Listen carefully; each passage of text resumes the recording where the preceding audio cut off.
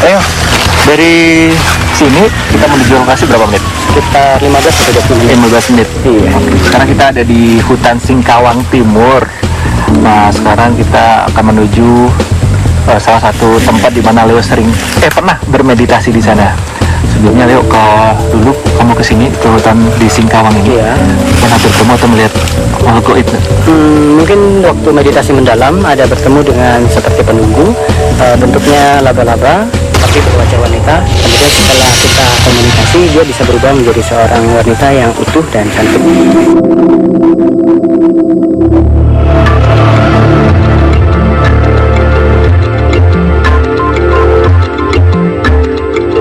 Saya tiba-tiba ada di depan goanya, lalu saya kan takut sebenarnya dengan yang begituan. Kamu di depan gua? Iya, tiba-tiba di depan goa. Kemudian dia keluar dari dalam goa, ingin menyerang, tapi kayaknya ada perlindungan jadi nggak bisa.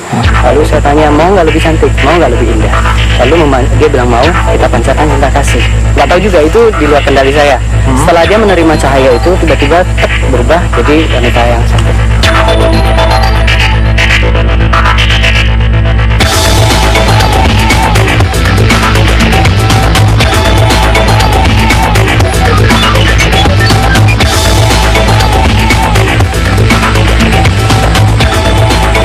Aduh, yaudah kita set bentar ya di sini. Oke. Ya, inilah tempat yang agak istimewa bagi saya. Tempat ini memiliki energi yang negatif, tapi damai.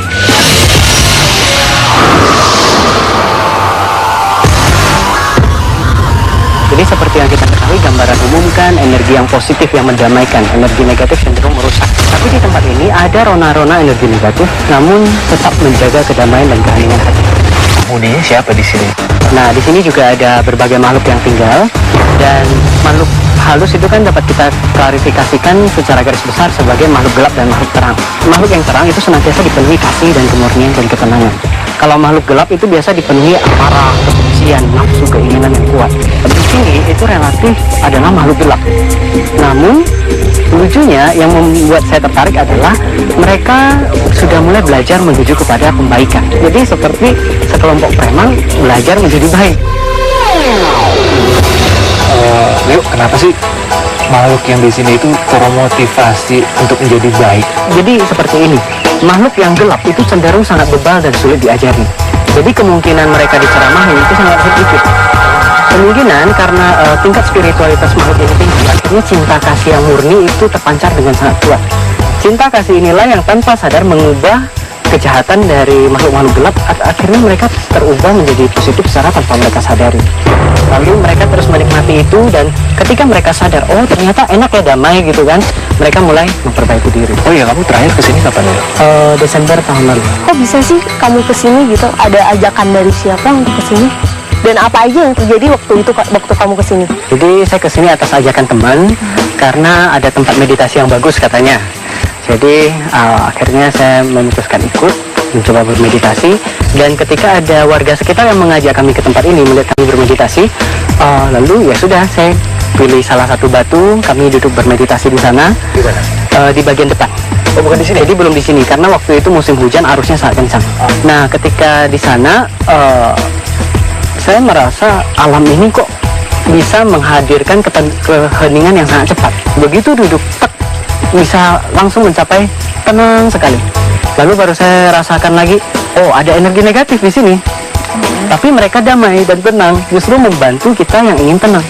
Lalu tidak berapa lama kemudian, setelah saya memahami bahwa oh ternyata kuncinya ada pada cinta kasih, saya mencoba memancarkan cinta kasih yang universal itu kepada mereka juga, dan semua senang. Jadi ketika mereka senang, itu ada, ya kita seperti disambut ya, oleh hujan gerimis yang sebentar dan hangat.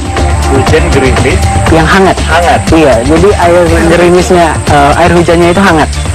Teman saya sempat mau memanggil saya, sudah kita balik hujan kan, tapi dia juga kayaknya dapat kesadaran, nggak apa-apa, ini bagus.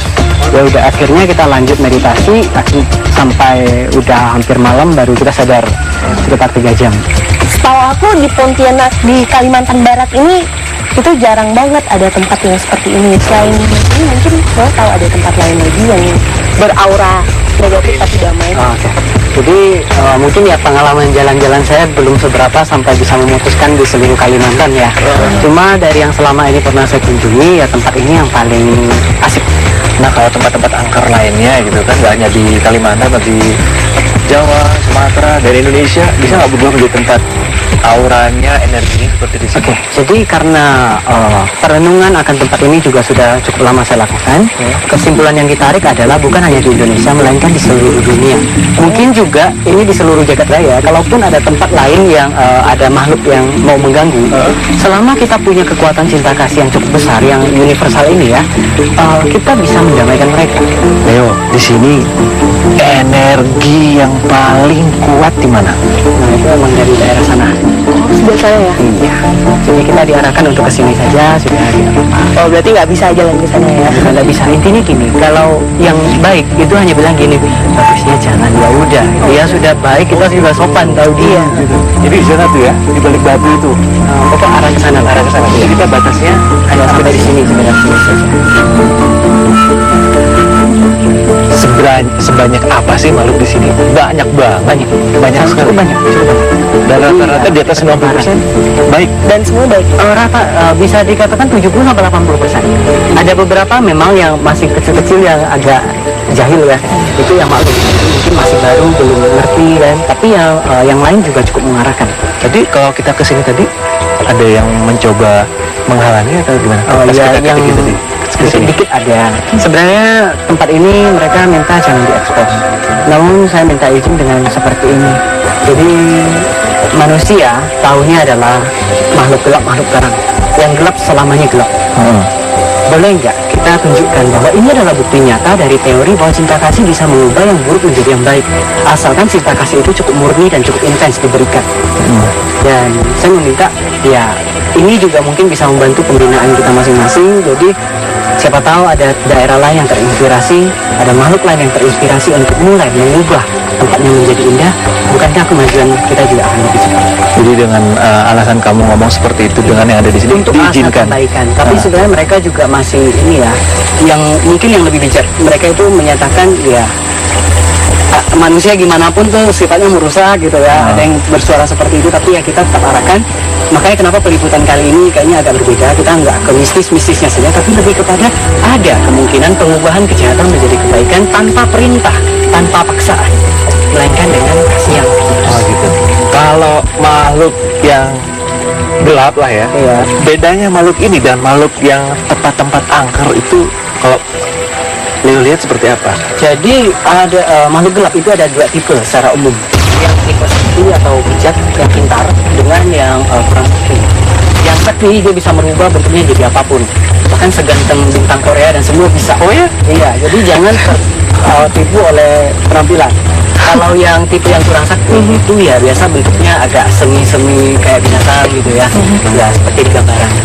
Namun yang paling pertama yang saya lihat kenapa bisa damai, pertama rasa ya.